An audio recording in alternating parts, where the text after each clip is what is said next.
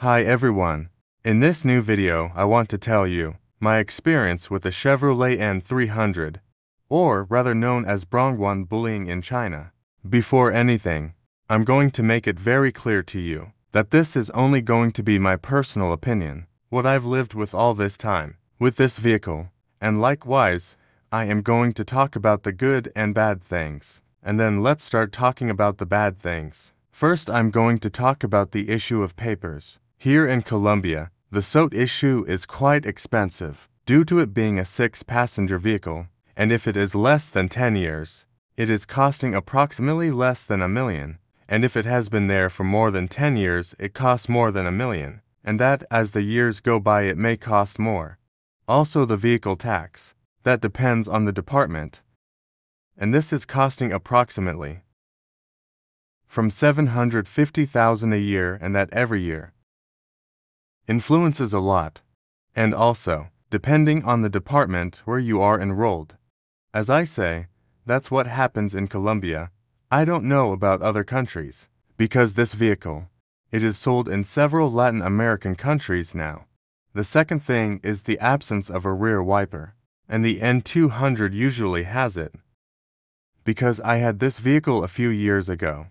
But in N300, I don't know about other countries. At least here in Colombia, you don't have that option. And well, it seems like a negative point to me, because in the rainy season, or when there is a lot of mud, it is important to have a rear wiper, to be able to see well in the back. The third negative point, the multimedia system. Because the radio only has C-DIS and FM radio. And likewise the sound quality of the speakers. It's pretty precarious. So, if you have one of these vehicles, they plan to buy it, one of the tips I give you is to change the radio, even if it works via USB and Bluetooth. In this case, a 7 inches was used. It sounds better, and apart from that, can use the phone, watch movies, etc., etc. The fourth point is in lack of security, because in the old models, it has absolutely no security, only belts. And in the most current ones like this one, it has 2 AirPods for the driver and passenger, ABS front, and that would be all. Has nothing else. It does not have a traction control system. It does not have a collision system, or any of that stuff. And the passengers only have seat belts.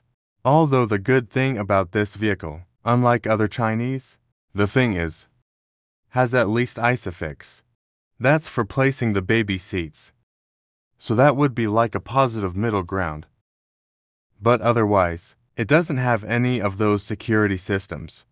The fifth point, and it is at the time of reversing, since it is a little difficult to reverse a little. If not, it's like it's stuck, and that has happened to me on many occasions, that sometimes I have to take a little forward, and from there the reverse takes me well. I don't know if it happens with this unit or with others, but this problem is happening to me, to reverse, and it doesn't give it or it gets stuck. And then the last point is the gasoline consumption. To make a 1.2 rear-wheel drive engine, it consumes approximately 40 kilometers per gallon, which is a consumption, let's say, quite regular, so to speak. And then on many occasions, if you are one of those people who is going to be tanking 1 gallon or just 5 or 6 liters, in other countries probably, you're going to end up bringing gas station by gas station. So consumption is going to be quite demanding. And so, that's one of the things you shouldn't take into account if you suddenly think about economy. So this vehicle is not as economical as you think. Although the great advantage, it has a pretty big tank. If I'm not mistaken, you have a 16-gallon tank there, and that would be equivalent to about 75 L. I do not remember well. The fact is that, suitable for long trips, you can do, let's say, a fairly long route, without worrying about gasoline, obviously with the full tank thing. And well, leaving aside the negative parts, let's talk about the positive parts. And in one of them, is that many things are easily accessible, like coolant. The windshield wiper. Oil change.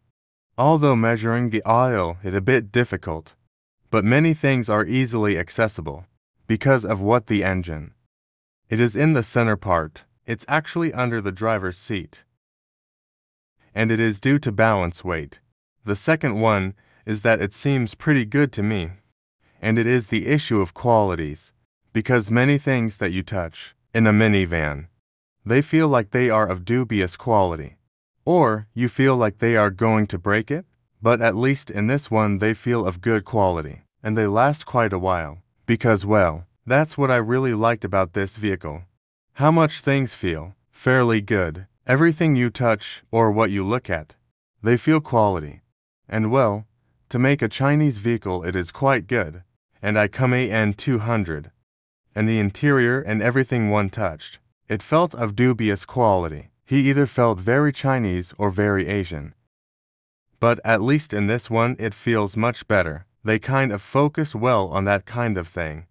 And finally, and I keep saying that for that Chinese, it is very reliable mechanically.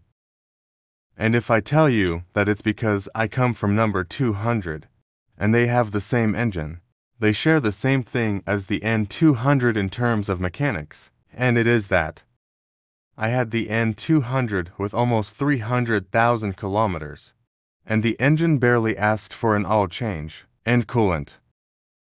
And it is quite reliable. If I tell you that it is because that engine is too good, as long as you do the maintenance on time, and everything is up to date, and that vehicle practically in major problems, it won't bother you at all. And I tell you this from experience, because an engine like that, it's very hard to find, and that it does not break easily.